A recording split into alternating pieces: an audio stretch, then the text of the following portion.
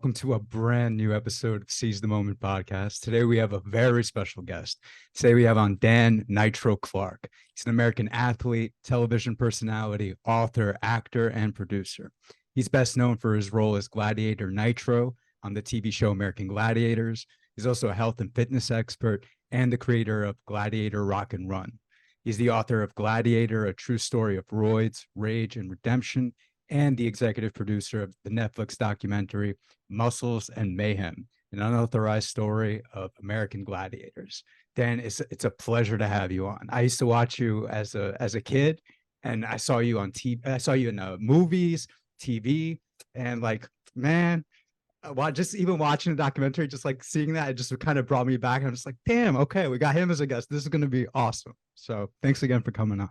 Well, I appreciate you and Leon and Alan, both of you, having me on. It's excited to do this. I did know that in our pre-talk you had a different voice, and all of a sudden we do the podcast and you put on your radio voice. Yeah, do you notice that? He puts on his radio voice, his smooth and comforting voice. Yeah, I have like a phone voice, and I don't know. It comes on and off. I don't even notice when I do it. He does that. Well, have you guys noticed though? I noticed. So I'm in Los Angeles, and there's this very popular walking spot off of Mulholland, and it's called Runyon Canyon. And you walk your dogs, and you see everybody from Hollywood. But it's the most interesting thing. When a guy says hello to another man, he's like, yo, hey, bro, what you doing? He puffs up. Hey, then when he sees a female that he knows, he's like, oh, hi, how you doing, hon? Right? And it's so interesting that is so ingrained in us, right? Because if you look to the animal kingdom, the peacocks and the different animals, they puff up to get the attention of a female, right? Or they puff up big, to see one ape to the next ape before they encounter in battle to seem big and formidable. And I'm so guilty of it. Every time I see one of my bros, hey man, what's up? Or when you see like a stranger and you're like, oh, hey, what's good, bro? Or like if they have to move, hey, watch out, man. If you've ever been to New York, we do that here all the time. Yeah. You go deep, right? You go deep. You go deep into that Alan smooth talking register. I gotta talk like that all the time. I gotta pay attention, as far as all right, so let's get into this. So when I first saw the documentary, which was literally when it came out, so I think it was late June now, I was like, damn, man, we have to get Dan on the show. That was like, he and I talked about it, and we were like, yo, we have to get him on the show. Documentary was phenomenal. And so as we get into this, I first want to read a quote of yours, which I really love, just to get our audience a little bit of a kind of sense of what the documentary is like. So Dan wrote, and this was an interview that you did. You wrote, it's not this VH1 behind the music retrospective of how it broke us and how we're sorry that we did it.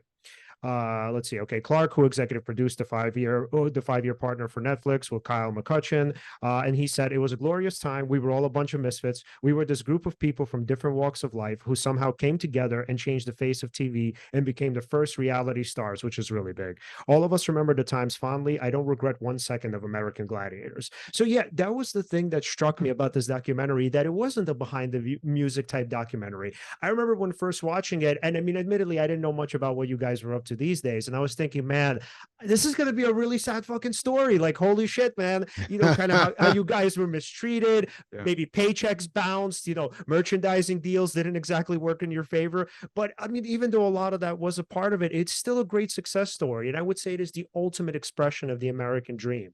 So can we go kind of to your background and tell us a little bit about how the show started, how you became interested in it, how you were kind of let's say pursued for it, and why did you think it would be a good idea? Because there was nothing like it at the time. Well, let me unpack that a little bit. Remember when I was talking about Runyon Canyon, where up over here off Mulholland, where you walk your dogs and you meet people and everybody from Hollywood's there? Yeah. I met my ex there, and she just happened to be the creator and the producer of Behind the Music. So when I was describing the show, I wanted to give her a shout out because I did love that show, and she did over 220 episodes of it, Gay Rosenthal. And but I also knew that I didn't want to follow that format when I created the story arc for this, for Muscles and Mayhem on Netflix, from seeing so many behind the musics, watching her work on them. One thing I wanted to do is I wanted it to highlight the people's pain to purpose story, because I usually feel like in every story where there's some success, it starts in a type of pain, a pain of not being seen, a pain of not having enough, a pain of wanting to right or wrong, a pain of being underestimated, underlooked. So I wanted to start that. I wanted this journey to really have the full human experience that illuminated the human condition.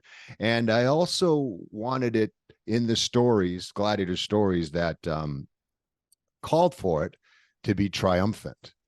ESPN had just come out with a docu-series about the American Gladiators, and it was really more about the creator and did he steal the idea from someone else? Right. And when it showed the gladiators on that ESPN documentary, the gladiators, it had the 3 or 4 of them, and it just showed them as broken, as beaten, as run down, as saddened by the experience. So when we were doing this, I wanted to make sure to show people, because I know for a lot of people, and I humbly say this, the gladiators, we were their heroes. We were these people they looked up to. And I wanted them to really take a nostalgia trip down memory lane to wherever they were when they saw or experienced American Gladiators, whether it was young guys like you two guys over here, where you might have been teenagers and you're doing it in the backyard with your brothers, or if it's somebody's younger who, remembers, the weekend when they used to watch it with their dad. It was that one family show they could watch together. Wherever you were in your life in the 90s when the Gladiators was on, we wanted that nostalgic factor to be a extra character in the room. So a lot of these things were really, really important when putting it together. And when Netflix, when my partner and I approached Netflix, he had read my book, Kyle in Canada. He had read my book, Gladiator, True Story of Roids, Rage, Redemption. And that's how this whole idea started. He goes, Dan, man, your book is so deep. It was just unbelievable. Some of the stories, the vulnerability, the things you overcame. And he said, I think there's a documentary series here. So when we went and pitched to Netflix, it was more than, hey, here we are. We're these guys on TV that run around in, spandex, beat the crap out of you. And the biggest question of the day is, do you shave your legs or not for aerodynamic performance? So, I know that's a long answer around what you were asking. I probably didn't answer shit to what you asked me to. Yeah, so the beginnings of track. Yeah, the beginnings of Gladiators, right? How did you become interested in it, and why did you guys think it was worth the risk? Why did I become interested in Gladiator? I don't quite understand the question. Yeah, so when this show was pitched to you initially, so how did you become interested in it? Why did you think it was a good idea? The documentary series, I'm sorry, the original TV show, the original, American Gladiators? Yeah, the original TV show, yeah. Oh, got it. So the original TV show, it wasn't pitched to us as, American Gladiators. You're going to wear red, white, and blue spandex. You're going to be on TV. You're going to be dolls. It was literally a tryout at a park here in Los Angeles, and not like a nice park. It was like a park in the rough part of town where there's graffiti on the walls, where you're walking over, winos and, people who are laying there in the street. So when I got the audition, I said, it's here in Van Nuys. Nothing good happens in Van Nuys. And I went to that first audition, and it was literally like, they're looking for athletes who are good in front of the camera. And I figured that, I'm a good athlete. And I always believed that I had that certain je ne sais quoi, that little chutzpah, little something different. When I remember I was playing football at San Jose State, I was a D1 football player, and I was a scholarship athlete, but I was always just a little different. If you could have picked out one guy that would probably go to Hollywood, it would have been me. I was with these, I was a defensive lineman, outside linebacker. I was with a bunch of these corn-fed Nebraska boys, corn-fed San Jose boys. And I was this guy back in the 80s who would walked in with, high top red Reebok tennis shoes, where it just stood out. It was just, these guys all looked at me like, what the hell is going on with this guy? And I remember Coach Elway. One time he called me up. That's John Elway's dad, Jack Elway. And he said to me, hey, Clark, and this was on the whole team, it was after a practice. And he says, Clark, come here. He says, I want 2 pair of them red Reeboks. I want one to shit on, and I want one to cover them up with. So I was always that guy that was just a little bit outside of the box. So I had this belief in myself that, that I could do something in front of the camera. So when this audition came, it was just really simple stuff. It was going through tires, cones. I didn't think anything of it. So when they called me back and said you had a call back, I would literally had my car packed. I was moving home because I'd run out of money. Wow. And I got a page as I was driving away from Hollywood, which I'd been there about 9 months. See, I had a 2-year-old son at the time.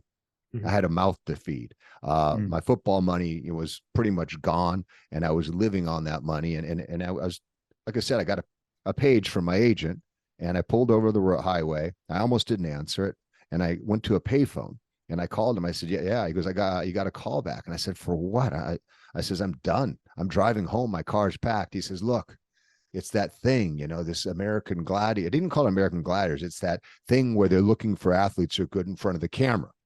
And I was like, oh. And he said, I'm not going to go. I'm done. And he said, well, it's on the lot at Universal Studios. And I'd never been on the lot. And I was like, it's on the lot. I was like, oh, shit. So I said, okay. I hung up the phone. I drive literally have my CJ7 Jeep full of stuff over to the lot. And the guy's like, you can't park that thing here. So I park on the street. I run in there. And the last audition actually took place on the Universal Studios lot. And we still had no idea what it was. Yeah. And was it Gemini who kind of like picked out you and some of the other gladiators? Yeah, that's revisionist history. I know it says that in the Hmm. docuseries. That's revisionist history. He didn't pick anybody out. He's a good buddy of mine, but that's just, it's interesting when you go back and you tell stories from 25, 30 years ago, how everyone's perception, including mine, has changed. It was like that Japanese movie, Rashomon, where everyone was at the same event, but from their point of view, things changed slightly. And Mike, he's Gemini 60, 68, 69 years old. I don't know what kind of shit he remembers. He played football for 9 years, plus he gladiated. But no, Gemini didn't pick us out. It was the producers at that time. And they had us come in the stage, and they had these games and things rolled out there. And I finished one thing where I knocked a guy out cold. And I thought, that I got too carried away and they were going to fire me. Producer calls me over, and I said, hey, I'm sorry. I got carried away. The paramedics are taking this guy out on a stretcher. And he says, I want you to keep getting carried away. And I said, I don't understand. He said, you got the job, kid. And that's how it started. We still didn't have an idea what it was. Because again, they had us in a sound stage, and all we were doing is tackling people on concrete. They showed nothing more. And I remember when he said you got the job, I had, really basically one question. I just said, what does it pay? And he told me it pays 600, and I think it was $92 an episode. There's 13 episodes. So I did the math, roughly $8,000. Great. I said, I'm in. $8,000, that means I can keep my Hollywood dream alive for another, 6 months. So it's just a math equation. Yeah. So because we have pro wrestlers on in the past, I always focus on character development with them. But what's so interesting is for you guys, I mean, you became a little bit more authentic as the show went on. But initially, you guys actually were and resembled pro wrestlers, not in just, the physicality of it and physically, but just in the way you guys kind of manifested your characters and just the way you guys were kind of sort of rageful and vengeful. And so I wonder, in terms of just how you guys kind of expressed yourself and wanted to be, did they tell you at some point to kind of tone it down? Or was it that you guys at some point kind of realized, okay, this isn't really kind of getting over with the audience. It seems a little bit too cartoonish. Maybe we should be a little bit more sort of calm or authentic, or, however you would kind of conceive of it. But how did that change come about? Because initially it was kind of cool, especially with Gemini. He was like, this sort of schizophrenic personality, but then he kind of calmed down a bit. If you watch the docuseries, I think Dick Askin, the president of Samuel Goldwyn TV, who is a producer, he tells the very, very funny story of, Gemini just saying, hey, that Gemini split personality thing isn't working. Let's just knock it off. And Mike, Gemini, was just so relieved because it was really stupid. I'm going to kick your ass. Let's go party. Let's go eat quiche, I think was his funny line. So I don't think they knew in the beginning what they wanted. Those first 13 episodes, what we call the dark ages, they didn't know what we wanted. We were simply like these little guinea pigs in some mad scientist, creation running around this little maze. On the first audition, there were 3 characters on a sheet of paper they gave us, and they told us to pick a character, and then we're going to ask you questions in that character. I was born May 21st, so I'm a Gemini. So I was going to pick Gemini. Then Big Mike kind of just, jumped in front of me and said, "Hey, I'm Gemini." And I was like, "Dick," And I looked down through, there's Malibu, surfer dude, like, that's not me. Then the last character wasn't named Nitro. He was named Evander at that time. And Evander, loud, cocky, explosive, aggressive. I said, okay, I can do that. So when we went and did our interviews on camera in character, they started asking us questions, like, what's your favorite movie? I'm like, Terminator. And then I remember they asked me this question. They say, "What do you eat for dinner?" And I was like, "Raw meat." And as soon as I said that, the woman holding the camera said, "Cut, cut, cut. That's enough. Thank you very much." And she sends me home. And I was sure that I didn't get the job. And that's why when my agent called when I was leaving town, I was so shocked, because I sounded like such a douche, right? What do you eat? Raw meat. And the funny thing was, I remember on that phone call, when he told me about the callback, he said, "Oh, by the way, they loved your raw meat thing." So I said, "This is going to be a lot of fun." For me, I always kept that character. I always wanted him to be a little bit over the edge, because I don't think he was phony in the first place, where Mike was clearly being phony. Gemini was. And also, I think on the production side, it was this idea, if we're going to be a real competition, how do we distance ourselves from wrestling? If we have these larger than life characters that are wrestling like, it's incongruent with a real sports competition. And that's what it wanted to be billed at. So they toned down the personalities of a lot of people, but I still kept that edge because it was fun. The idea psychologically was that, and I had an old agent who repped a bunch of big movie stars who gave me this idea. He said, "Hey, Dan, you want to make it in Hollywood as a leading man? There's 2 things. One, you got to be that guy that girls want to get with." And I was like, okay. And then you also have to be that guy that guys want to hang out with. And I was like, oh, so I kind of took Nitro as a guy who, was kind of like, especially in that day and age, the locker room dude, was kind of cocky, arrogant, but you'd still like kind of like a Maverick in Top Gun. And then also, I know it was hard to, but I tried to be appealing to the opposite sex as well. And what was interesting, with Muscles and Mayhem on Netflix coming out, I really never knew, the female audience, how the character came across. I don't know. To me, it was all about an athletic competition. I wasn't trying to be, handsome. You know what I mean? You're just who you are. And the feedback after Muscles and Mayhem, I would say 50% of women reach out to me. And it's not, oh my God, you're this flaming hunk and, sequence and spandex. They reach out more because they said, "I appreciate your vulnerability and your openness in the docuseries to talk about your brokenness, how you as a big, strong man had to raise your hand and get help to survive and to find happiness." And it was, really, really interesting to me to show that there was a strong female base and that their interest wasn't in a big, strong, tough guy mooing over competitors and contenders. It was in seeing someone that they grew up with who turned into an actualized human being. If that makes sense. Yeah.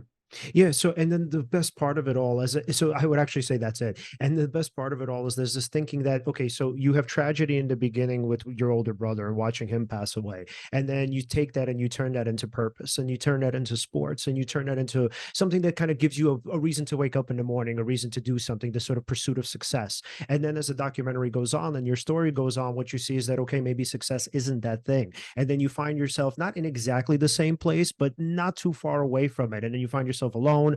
You mentioned that you were on a bender the night before and you were kind of wondering, what does it all mean? So can you take us through that? So in the beginning, now we have sports and we have sort of the purpose of, again, kind of competitiveness, the purpose of winning, especially, right, success. And then as kind of time goes on, right, it sort of evolves into something else. So can you take us a little bit through that journey and through that trajectory? Yeah, Leon, let's unpack this and ask me questions as we go. So when I was 10 years old, I had an older brother who was 12 years old. Yep. And he got into an electrical accident, and it was just him and I alone. And he basically died in my arms. Yep. That was a moment where, that kind of trauma, I think that's a moment who shaped my life, which determined the path of who I would become. It could have gone many different ways. For me, I have a Japanese mother. I'm half Japanese, and the Japanese culture is, well documented that they're not emotionally expressive, that they don't talk about their emotions. I have a father who was a American Marine, who, was very masculine, very tough, also, yeah, he drank. So when I was a kid at 10 years old, I had just lost, my hero. See, my older brother was bigger, stronger, faster, better looking, better athlete than I was. He was everything to me. He was also my protector, and I was so comfortable in his shadow. So when I lost him, I really had to figure a reactive strategy at 10 years old to survive. I think when trauma happens at a younger age, often the reaction is reactive. And, as a human, you're trying to find how to survive and to get along. I didn't have one conversation with my mother or my father about my brother's death.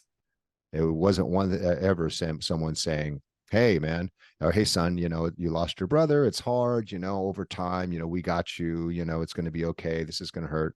I didn't have one. So I had to figure out how to be in the world. And for the first year or two, I was afraid. I was just this little scared, quiet kid, because I think subconsciously I thought, if, my older brother was the bigger, stronger one and he could die, how in the hell am I safe? How in the hell can I make it? And then I started to find myself a little bit through sports. I started, and I didn't start off as a good athlete. I started off as a terrible athlete. And I started off boxing. I got out and I boxed. And the first boxing match I had, a kid headbutted me. My lip split open and I started to cry. And I was like, boxing isn't for me. The second athletic thing I tried, I had a very great stepfather. I lived with my mom and my stepfather, and he was, maybe like I was 12. He got me into baseball. I went to my baseball tryouts. A pop fly was hit way up in the air. I have my little glove out. I got it. The ball comes, hits me in the head. I start crying. So I think, damn, what about football? And I said, you know what? With football, I'll have a helmet. I'll be protected. And also with football, you're covered in pads. And it was a way for a shy kid not to be seen. But then I was a chubby kid. And back then in Pop Warner football, you had to be a certain weight in order to play. And if you weren't under that weight for your age group, they put you like in a separate area on the sidelines where you were just like the kids that were too fat to play. Wow. So from a kid who wanted to hide, I ended up being highlighted as a kid whose jersey couldn't cover his belly, who was standing out there, who was too fat to play. I stuck around football for a couple of years. And by the time I was a freshman in high school, I had no success. I was not playing. So like 6 or 7 games into the season, I just came home and I told my mom and my stepdad over dinner, I said, I just quit. I'm not doing it. I'm not playing. And yeah, there was okay. You should have told us. There's really not much conversation. I had my mind made up. And that's semester I went to live with my real father, about 30, 40 minutes away. And my real dad had an office that he had a business he ran out of. And at night, there was a hypnotherapist who rented his office space. We became friends. We took a ski trip together with a hypnotherapist, and he started to talk to me about the power of the mind and the power of hypnosis, that when you vividly imagine something, that your mind can't tell the difference between that and a real experience. And he started to say, oh yeah, they've done experiments with people under hypnosis, and they took a writing pen and told them it was hot, and then they look at their finger and it's red, like the mind is that strong. So he taught me about creative visualization, and we did a couple sessions. And the thing I wanted to be good at was football. So we'd go into these sessions, and I would imagine myself, on the football field doing well, sacking the quarterback, my mom's cheering, make it very sensorially aware. This was at 14 years old. I read Anthony Robbins' Unlimited Power, and I really started to use the power of my mind and the power of visualizations. Any success I had was first in my mind. And that next year, I went to play football again. I was now a sophomore. And using that tool and working my ass off, I went from zero, not playing, quitting, to the end of my sophomore year, I was the most valuable defensive player on the team. Wow. And that was the huge, huge transformation for me. And I remember the first time, when a coach patted me on the back when I was a sophomore and said, "Good job, Clark." That was the first time, anybody ever complimented me. And it was just like, oh my God, that felt so good. I want that again. So that even pushed me to work harder, because, I think being seen was very, very important to me. I wanted to be seen. I wanted to be seen. And I think when you're someone who's starving for positive feedback, for admiration, for those things as a young teenage boy, I mean, I would have done anything. And so I continued to use visualization. I worked my ass off on the field, and I ended up being a pretty decent, high school football player using those tools. And wow, so that's interesting. So that makes me think, so probably you weren't getting enough validation from your parents, or any validation, right? And then when you started getting it from all these other people, from succeeding, that kind of pushed you, made you hunger for more and more and more. Yeah, so validation was the word I was looking for. That's right on, Alan. So I had no validation. And when you don't get validation from your parental figures, I think that's something you have a hunger for.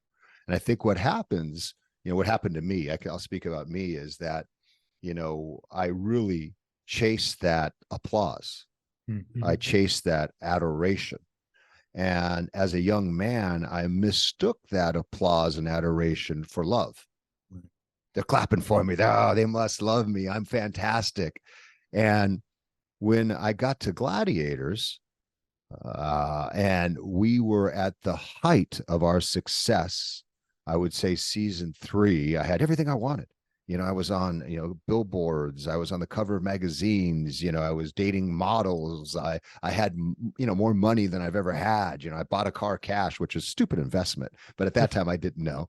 I wish I would have bought a couple condos. But anyway, so I bought a car. I had everything I wanted in my life. But I realized that I wasn't happy. And that was just a strange thing. I think everyone says, oh my God, if I just had this, I would be happy. Well, I think it's also a blessing in disguise, because I had everything at a young age and I wasn't happy. I wasn't filled inside. I knew there was something missing. I was still self-medicating. I guess that's the fancy word for it, but I was partying like a rock star, and you had a problem? No, I just like to drink and take drugs, Right, and it didn't right. feel like a problem, because it just felt like you were just going out and partying. You're celebrating the spoils of your success. But then I started to wake up some mornings, high out of my mind, lying on the floor, spit dribbling out of my mouth, and I was weeping. And that scared me. Mhm. You know, you have fame, you have fortune, you have success, and you're crying. And that happened a few times. And then I just said, you know what? Something is off here. And it wasn't until one day when I was driving down Hollywood Boulevard on my Jeep that I Mm. just spontaneously broke down in tears for no reason at all. I wasn't, drinking or anything. I just, pulled over and I started crying.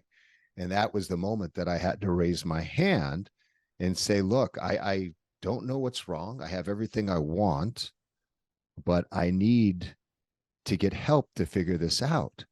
And therapy back then, wasn't as popular of a thing as it is now. Right. Therapy is what crazy people did. Oh God, they're going to therapy. Oh my God, what's wrong with him? Hey, stay away from him. He's in therapy. It was or Yeah. she is. It was this. There was a stigma to it. But I knew that I wasn't going to survive if I didn't get the help. So I started therapy, I think in my maybe 26, 27. And I've been a huge advocate of it. And I still go now. As a way to help process my thoughts, to find places where I get stuck, to see if some interaction with somebody that I have doesn't quite sit with me, or if I'm overreactive, or if it bothers me more than I think I should. Use it in my interpersonal relationships. I think it's an important tool, and I'm a huge advocate of it. Yeah. Did it eventually bring you to a place where you could, sort of feel happy, instead of looking to the next thing to make you happy? I think happiness and this idea of searching for happiness is leading people down the wrong path. Mm. Happiness is a brief moment that we feel in our lives after something, like something happens, a short thing happiness happens. Right. I, in my life, try to look more for fulfillment. Mm. Which I feel like happiness is in the, like it's in the mouth and the smile and the eyes, where fulfillment goes down to the next area, down to your heart, and you feel it more in your stomach. Hey, I'm happy. But when you say I'm fulfilled, it just goes deeper, and you feel it in your body in a deeper place. And the fulfillment is more what I'm after, and I try to create. And it's took, a long time to come up with that idea, and to come up with the tools as a human being to work towards that. Because even though I've, lift the hood up of, so to speak, and looked under what's underneath there, and done a tremendous amount of work, a tremendous amount of reading. If you can, see my wall over here, my walls are covered with books, and it's all personal development. Because I want to be the best human and the best man that I can be. I'm a father. I'm not a husband. We're not married, but I'm a partner. I have a life partner with Kim, and she's fantastic. And I want to be a good friend. And I'm an uncle to 11 nieces and nephews. And I want to be the best, human I can be. And I want to show up with with an open heart, and, try to be, authentic. And that is something where I have to keep constantly working on stripping away the layers of superficiality, and what I think sometimes I want versus what I need. What I think I want is, a nicer car all the time, a second nice car, but that's not what I need. I had a heart attack 10 years ago, and my second book, F Dying, How Cheating Death Kicked My Ass into Living, Learning, Loving, and My Best Life. Is that right? Did I say that? Mm-hmm. How Cheating Death Kicked My Ass into Loving, Learning, and Living My Best Life. Mm-hmm. I think the final lesson, for at least at that time period, was facing my mortality. Mm-hmm. When you face your mortality, things that were significant 1 second earlier no longer have importance. You get to the core if you think you're going to die, if you think you have a limited time left. You get to the core of what's important to you in that moment. Before then, I got back on that hamster wheel. It was, the $5 million house in the Hollywood Hills. That was important to me. It was the 2 German cars in the driveway. It was the plaques on the wall. Those were the most important things to me, my achievements. What was I doing? And when I was in the emergency room and the doctor said they had to rush me to surgery for the heart attack, I said to him, I'm a pretty jovial guy, I can paint everything. I just said, okay, yeah, but you got me, right? I'm going to make it, right? And he said, look, you've been having chest pain for 2 to 3 hours. You're having a heart attack. We're going to get you into surgery as soon as possible. And he left the room. Wow. In that moment, I was looking for reassurance. Hey, we got you. Nitro's not dying on our table, and I didn't get it. And it really scared me. And in that moment, there were only 2 things that were important to me. One was I wanted the people I loved to know that I love them. 2, I also wanted those people near me. And that's all that mattered. And so as I recovered from the heart attack the next day, I remembered that feeling, and I remember what I wanted. I remembered what was most important to me was the people that I loved. So I rebuilt my life based upon those principles and other principles that I learned through that process of getting a second chance of living. And that's why I wrote the book F Dying, because I think with a lot of things, and I read and researched about this, is when you have a traumatic event or a life-changing event, you say you're going to change, you say you're going to do these things, but to be compliant over a long period of time becomes more and more difficult as you get further away from the event.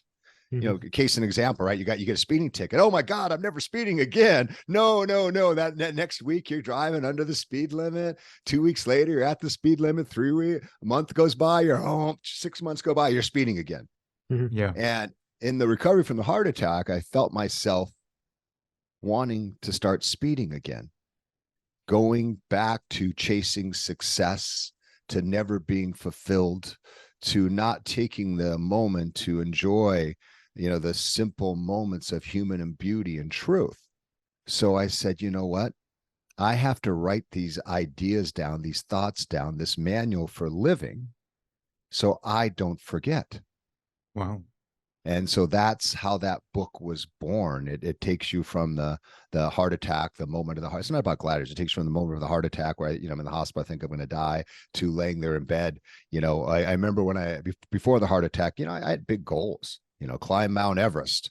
Then I'll really be somebody. Then I'll really be special. I'll really stand out, win an Oscar. Wow, they'll really love me then. These external things to find fulfillment, to become whole inside. And the first day home from the hospital, my whole goal for that day was to walk downstairs from my upstairs bedroom, down 22 steps, down to my kitchen, and not fucking die. That was the whole goal. And I remember walking, because, they say after a heart attack, don't lift anything heavy, be careful of the stairs, don't exert yourself. I remember walking down the stairs. I was like, one step after the other step, just breathing and like, am I okay? Am I okay? And I got all the way down to the kitchen. I sat in this little chair and the sun hit me.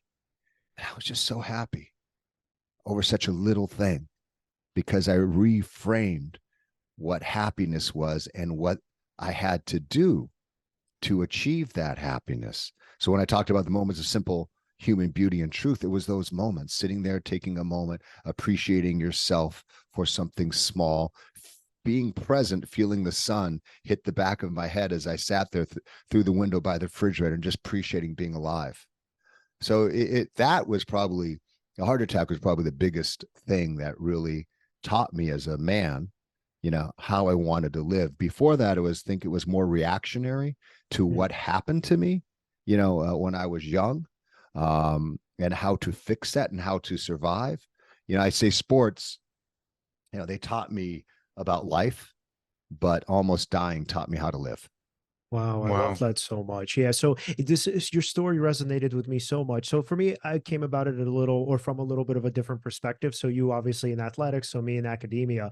I mean, I've told the story before on the podcast, but I mean, I want to also share it now. So there was a point in my life when I was in graduate school where I was highly suicidal, and so I remember the thinking was before I got into grad school, I was thinking, okay, this is going to make me happy. You know, I'm finally on the path somewhere. So we grew up dirt poor, like we had virtually nothing. There was a point where my mom pretty much raised us on about $400 a month, which no matter Wow. what which no Wow. matter what month that is, there's no way that you can, I mean, I'm sorry, no matter what year that is, there's no real way for you to kind of survive. So we had a lot of family support. So that was pretty necessary. And so the thinking was once I finally get into graduate school and I'll finally be able to support myself, I'll finally be happy. And then you get into this really hyper competitive environment. And the thinking is, okay, whatever, you'll scratch and claw, you get a good GPA, you'll fight for an internship, you'll fight for a job. And then at some point you'll be happy. And then so even when you get all of those things, it still feels so empty. So first of all, not only is it because you're competing with people, and a lot of us were kind of jealous of one another for various reasons, but also on top of that, in itself, it's very short lasting. So when you get the thing that you're looking for, it's like you get it, and then you're just sitting in a room by yourself, and you're like, okay, cool. What now? Like, where does this actually get me? So when I remember I was thinking, and then somebody was telling me, they were saying something along the lines of, well, you have this budding career, you have so much going for you, you might be going places, whatever, right? I remember thinking like, yeah, but it really doesn't feel like any of that's enough. So is it that I'm being ungrateful? Is it that, I'm thinking, okay, this is the best that the universe can really do for me, and I'm just like not happy about it, so this is sort of my problem? Or is it that I'm kind of focusing on the wrong things? And if I am focusing on the wrong things, then what the hell is left? Because at that point I really didn't know anything else. I didn't really know what it was to really just have a loving relationship. I didn't really know what it was to actually be considerate and care about another person, just so deeply that you're putting your own kind of selfish needs aside. So for me at that point, as silly as it was, especially because I was trained to be a therapist, I really had no idea what the hell happiness consisted of. Yeah, and just to add a little bit to that, it's like, there's this thing that we all have, right? Where it kind of goes in our brain like, oh, I'll be happy when, right? I'll Mhm. be happy when this happens, when I get that achievement, when, I meet this person, I get the perfect partner, I get this amount of money, this car, that kind of thing, right? And it's like we train our brains constantly to say, okay, I'll be happy when, I'll be happy when. And then when you actually get that thing that you say you wanted, you're still, it's as if you trained your mind to still say, I'll be happy when. So you can never enjoy and really be in the moment with those achievements. And then like also part of, oh, I'll be happy when is, you're almost saying like, when this thing happens, that's when I'll get the, maybe the love or the admiration or this special feeling, right? And by teaching yourself that, I mean, it's just, I don't know, it's very reactive, right? It's not like you're coming from a place where you're kind of generating those emotions on your own. You're waiting for something to kind of happen in order for you to feel that way, to give yourself permission to feel like that. Yeah. When we should be able to kind of do that at any moment, or maybe I'm kind of ranting here. Well, so here's what I would Yeah, add to that. So yeah, so just one final thing I would say, I think we also equate status with love, or we at least think that status can supersede it. Where the thinking is, once I get like, Dan, you were talking about the adoration, it doesn't matter. I don't need love. I don't need to fight for anything deeper than that. This is going to be enough for me. Well, I think, it goes deeper than that. I think it's hardwired into us. I think ancestrally, as we were evolving, we had to strive to achieve to survive. Mhm. And what I mean as a pack, as whatever that incarnation, Cro-Magnon man, or I might be getting it wrong, back to cavemen, our ancestors, we had to go out and hunt for food. Right. And we had to have that desire to do it. So it's hardwired us. When we got that food, we ate, and it was an immediate dopamine release. But then, in order for the species, for us to survive, we had to have that desire to go back out again. Right. To survive. So I think there's something going on, Yeah. chemically inside of us, and ancestrally, that keeps us striving and striving and striving. And on the flip end, those of us who aren't striving, a lot of us are in a crisis where there's too much comfort. Right. And we aren't striving, so we're unhappy, we're overweight, we're sick, we're full of dis-ease because we aren't following that. So I think those are the two main things going on. There's that, type A personality who's going out chasing, who's never satisfied. And then there's that other, probably the larger fraction of the United States who isn't having movement in their life, who isn't striving for things. And I think a lot of times that it may be a reason for the increase in, the mental illness, the increase in drug addiction, the increase in suicides. I think that as humans, we need to be striving. We need to have purpose. We need to have a destination. Right. So I think it's a really interesting thing to ponder upon. And think, I know for me, if I don't feel like I have some purpose, right, if I don't feel like I'm striving for something, if I don't feel like I'm putting my shoulder behind something that I believe in, I'm not a happy person. Mm-hmm. I'm agitated. Look, there's been, I don't necessarily need to work. I love to work. I like to work. People, the idea of laying on a beach all day, eating, that is not happiness to me. And, I hate that too. I mean, for a couple hours on vacation, great. But if that's the rest of my life, no, I'm here to do something. Right. I'm here to contribute something, and for me, that continues to fuel me. And sometimes it's just something little, like I started playing pickleball, like 2 years ago. And I just don't like to play. I want to learn the game. I want to get better. I want to improve.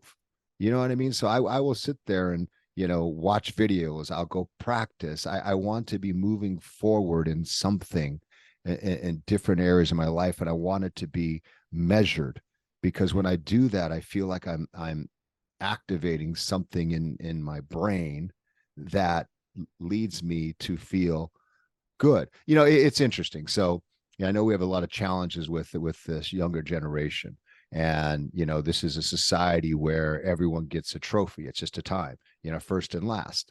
And I think it makes it hard to distinguish how you reward hard effort and work. Mm-hmm. So what I do with my stepson, he's 11. And, we're in a position where if he wants something, we can give it to him. Oh, I need tennis shoes. No problem. It's when I was young, I don't know about you guys, you got shit when it was your birthday and Christmas. Yeah. Right? Or when you grades. Yep. Yeah. We didn't get grades. We got like, you wanted something, you needed a new bike. It wasn't happening till Christmas, mm-hmm. right? You needed, clothes, you got them before school or Christmas or your birthday, mm-hmm. But now it's different. We've, worked hard for, most people can, the kid needs shoes. They just go buy the kid's shoes. The kid needs a ball. You go buy your ball. It's not wait a year. So with our son, he wanted a new iPhone. And I'm like, no. You don't need a phone. And mom is like, well, he takes the bus over here to this, school. And what if we need to contact him, or we the bus drive? And I'm like, okay, you can have a phone, but he's got to earn it. Mm-hmm. Because when we're given things without earning them, number one, we don't understand our work ethic, but more importantly, we don't build self-esteem through achievement and effort. We don't learn to feel good about ourselves. Yeah. So I said to him, and I also wanted to teach him that he's capable of great things at a young age. I think he was actually, let me see, I think he was 11 at this time. I wanted to teach him there's a system for success. There's a system to do anything you want, and it's small daily action taken over time. And it's something measurable. It's something you write down. It's something you track. So I said, here's what you do. I said, you want that phone, I'll buy it for you, but you have to do 5,000 push-ups. And he's like, what? Nice. He's 11. Yeah, I know. Some parents are there listening, but oh my God, he's so cruel. He's 11. And I said, you got to do 5,000 push-ups. And he's like, oh, Dan, 5,000 push-ups. I'm 11. How am I going to do 5,000 push-ups? And I said, here's exactly how you're going to do it. I said, do you think, you could do 25 push-ups throughout the day? Oh, I can break them up? Yeah. You just got to get them done. You can do 5 right when you get out of bed. And he's an athlete. He goes, I can do 5 when I get out of bed. After breakfast, you can do 5. You come home from school, you can do 5. So you can do. He goes, oh, I can definitely do 25 throughout the day. So on my whiteboard here in my office for projects, I wrote all the boxes to equal 25 to equal 5,000. And each day I said, when you do that push-up, you're going to come mark it off so you can see your progress and how close you are. And the very end is your phone. And it was so interesting because after about 2 weeks, he's like, do I have to only do 25 a day? Good. Right? Because he knew what the reward was. He saw the goal. And some days I had to tell him, his mom was like, Dan, he's not doing 250 push-ups today. I don't care how much he asks. Tell him no. Right? But he built up this sense of value and self-esteem and expanded what he thought he was capable of by breaking it down into a system. Now that kid right there has tremendous self-esteem. When he comes across a problem now, I said, I'll be like, hey, dude, how do we do it? We get our reps in and we do a little bit each day. Right? And don't worry about it. It'll take care of itself. Just show up and do the work. So that kid, is going to go into this world, not with a big ego, but he's going to go into this world with the confidence that he can handle large, difficult tasks by breaking them down with a system. I love that. Yeah. And so, by the way, much of my work and my writing is actually based on pride and self-esteem. So what's so cool and so great is the fact that our ideas line up almost perfectly. So when I focus on self-esteem, I write about unhealthy and healthy self-esteem and also unhealthy and healthy perfectionism. So the thing a lot of people think a lot of times is that perfectionism in itself is a bad thing. That's not actually true. So it's only when it's absolute. So when the thinking is I have to be perfect everywhere, all the time, and to everyone. But when you think about perfectionism as an adaptation to your environment and slowly progressing and building and building and building and sort of chiseling away at the stone, then essentially what you're doing is you're kind of working toward a goal, and not only just a goal, but a goal that kind of makes you feel better as you're tracking the progress. So what I love so much about this is that's exactly what you're doing with with your son. And that's exactly what I would argue in my article. Articles, because I've written several of them. And so the thinking here is that when you're thinking of self-esteem, it's okay to have pride. There's such a thing as healthy pride, and healthy pride comes from hard work. Healthy pride comes from achievement and obviously playing fairly. And so the idea is in this case, and this is what I'm picking up on, is what you're telling your son is that everybody can do this. It's not just this thing that makes you special, which is unhealthy. So the point is not so much about being special through some sort of, let's say, innate kind of goodness or innate specialness or intelligence or whatever, just qualities that you're born with. That's not the point. The point is, it's if we're going to focus on being special, you're going to be special from let's say from moment to moment to moment, in the sense that you're becoming more special than you were the day before. And what I love about that, again, is that you're not sort of differentiating yourself from people per se, because that's not the point. The point is you're differentiating your future self and your present self from a past self. Yeah, plus what I really love is just that your stepson, he was just able to kind of like that thing where he wanted to go beyond 25 push-ups, right? I love that because that one, he gets to see what he's really capable of, right? He gets to then kind of play around like, whoa, like not only can I do 25 push-ups throughout the day, if I want to do 100 push-ups throughout the day, I could. And then wait, how old am I? Wait, where can this go? Where can I get to when I'm older, right? Like that kind of thing. It's kind of a beautiful approach, right? And then, like you said, if he takes that approach with other things, like let's say school, right?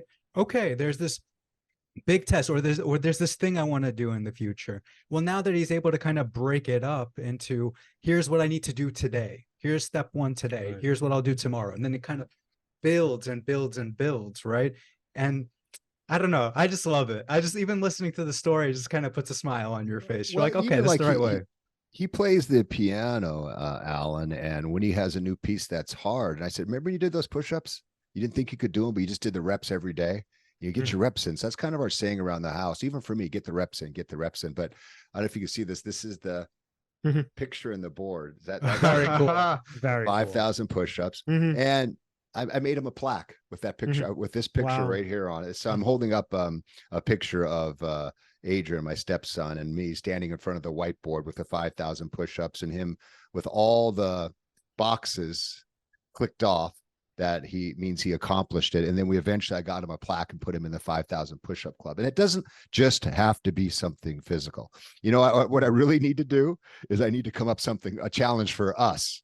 not even a physical challenge for us, whether it's and then put a little board on and get us on something to do something forward. Why are we holding this just for the kids? I think as adults, we need this. I think adults as we need this as well. That's interesting. Yeah. And then so going back to Gladiators as we kind of start wrapping up. Oh, is that what we're talking about? I love it. So yeah, so going back to Gladiators. Yeah. So what are some of the things, and going back and looking back at it on the show, what are some of the life lessons that you learned that you feel like you can kind of distill to other people? And what do you think made it an authentic and unique experience for all of you? Are you talking now about the documentary series? No. So yeah, no. So the I actual, get confused here. Yeah. It's okay. The actual show. No. American Gladiators, the show. Ask me the question again. Now I know what you're talking about. Yeah. So, okay. So what are some life lessons you feel you learned as being part of the show that you can distill onto others? And what do you think made it a unique experience for all of you? Looking back in retrospect, I can see how fleeting that fame is. Mm-hmm. I can also see that, we were all a part of something at that time that felt really like nothing. We're just these people running around, in these outfits and having a good time.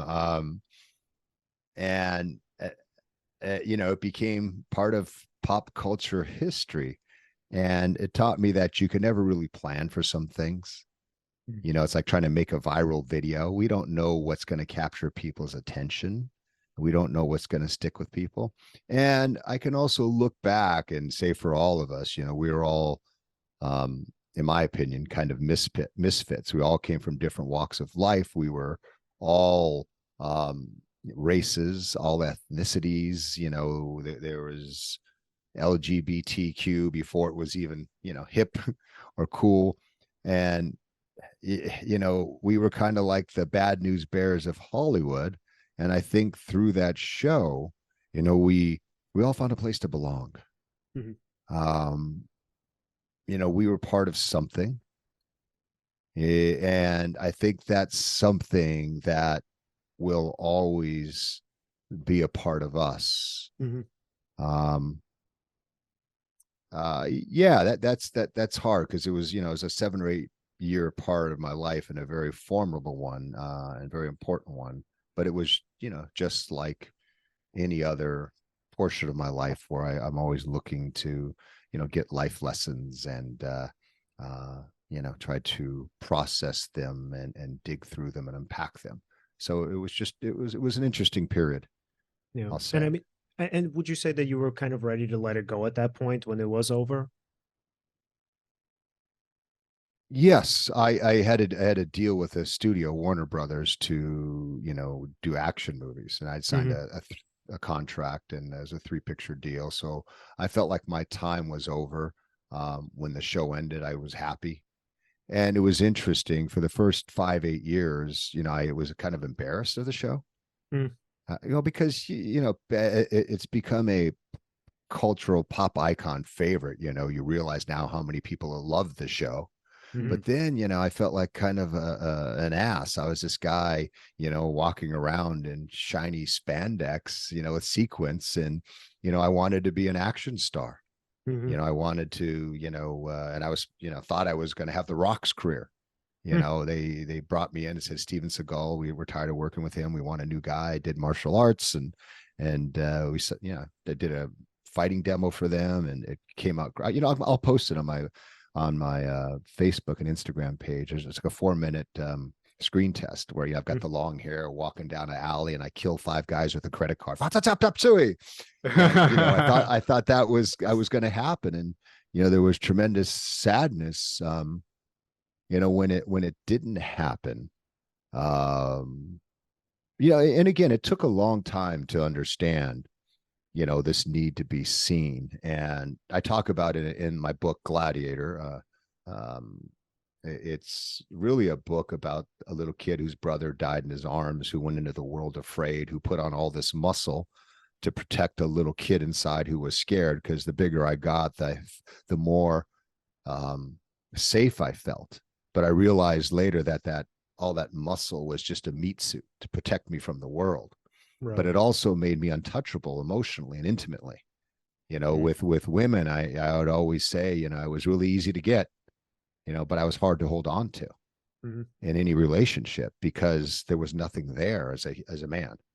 Yeah. It was just, it was smoke and mirrors. It was long hair and muscle and flash. There was no substance to me because I'd never been in an emotional relationship. I like an intimate, connected one. And it's taken me, 25, 30 years to understand what that type of relationship looks like, where you're intimate with somebody, where you share yourself, where you open up, where you let them in.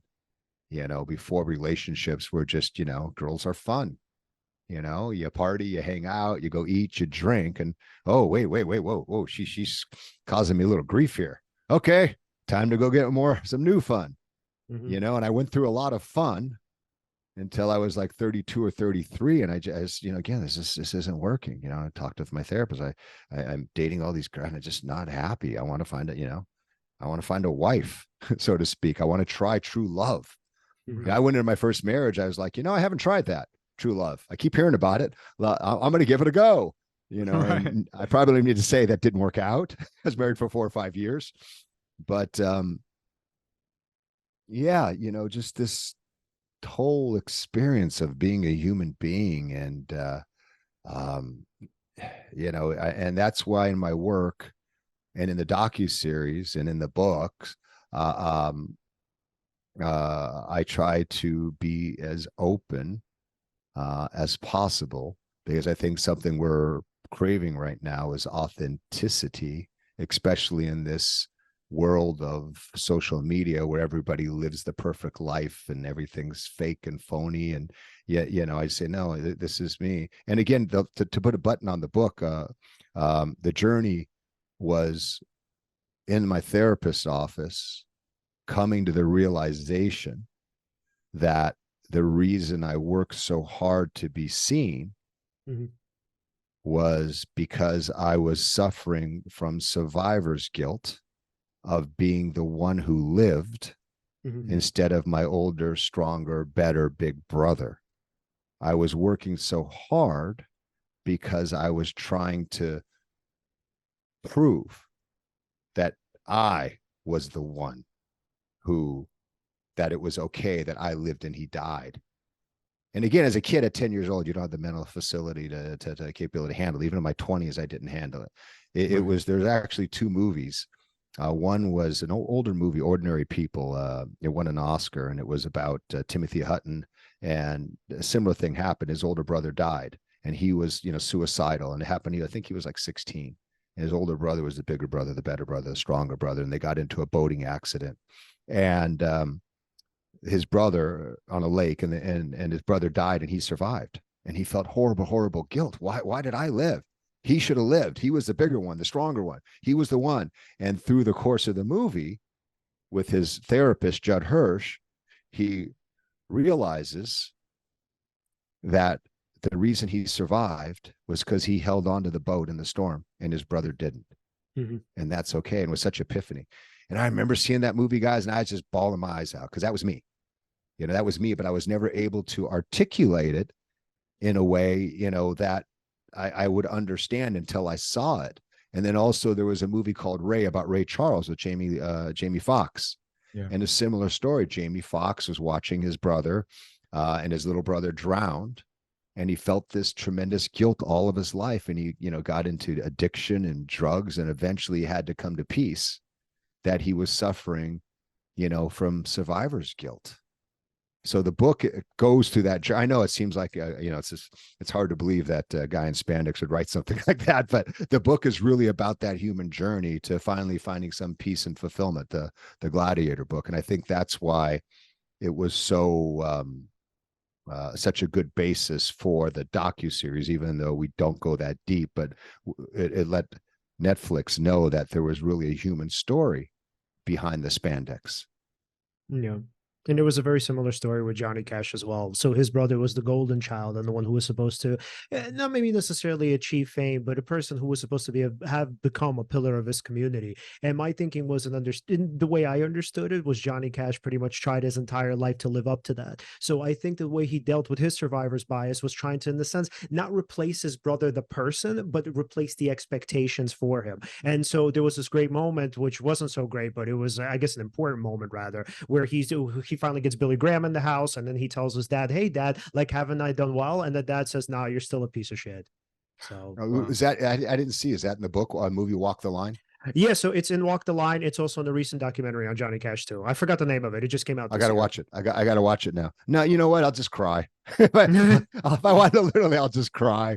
I'll watch it and I'll cry. It's it's, which is okay. I've learned that maybe big boys don't cry that men do, but I just have to be in that space where I want to go through that emotion. It was like that documentary, maybe 8-10 years ago. It was called Gleason, about the football player who had ALS. Have you guys seen that? Yep. Oh my God. I was looking for something to watch a few years ago, maybe 6 years ago, and I was home and I was like, oh, and I saw this thing called Gleason. It had all like 5,000 good, like 5-star reviews. I was like, what is this thing? I'm looking at big movies they don't have. And he said, oh, it's a football player. I'll watch it. I am watching that thing. And about 20 minutes into it, I'm just like bawling, like my just tears, like, oh my God, and it's just heartbreaking. And then I told my Kim, she was in New York at the time. I was like, hey, you got to watch this thing, Gleason. I sent her an email. I didn't say anything else. She calls me like 4 hours later, like, why did you send that to me? Anyway. Yeah. It's incredibly heartbreaking.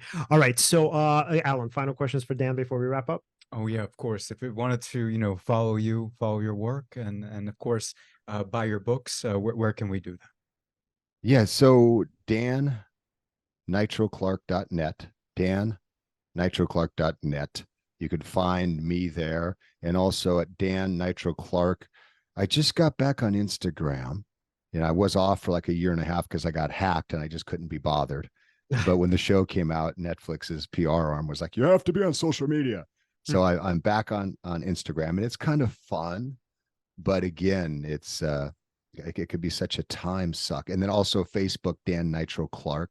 Right now, I'm very active on it to support all the people who've reached out and said they watched Muscles of Mayhem, and it's been, I think it was 15 million hours watched in the first 10 days. Wow. Sounds 15 million hours watched, and that's only with people with the accounts paying. Right. So if Leon, you have the account and you and Alan watch it together, that's 2 people, and everyone knows like 4 or 5 people watch it. So I would imagine there's a lot more than 15 million hours. So I'm very active on there just to, reach out and connect with people who, have supported us. So, me and the other gladiators over the years. So that's the best place to find us. And you can also find the books there on my website or through Amazon.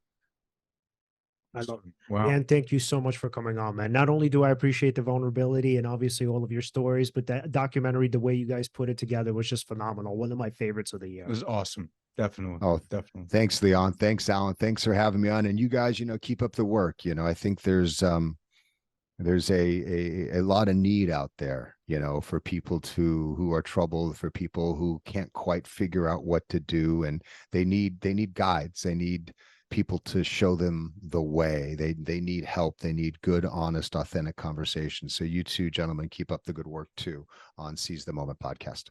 Absolutely. Thank you so much, Dan. We'll talk to you soon, man. Take care. Cheers. All right. Well, everyone, if you'd like to follow us, you could follow us at Seize the Moment podcast on Facebook and on Instagram. On Twitter, we're Seize_podcast. Like, subscribe, hit the bell on YouTube. And again, thank you so much for watching, and see you next time.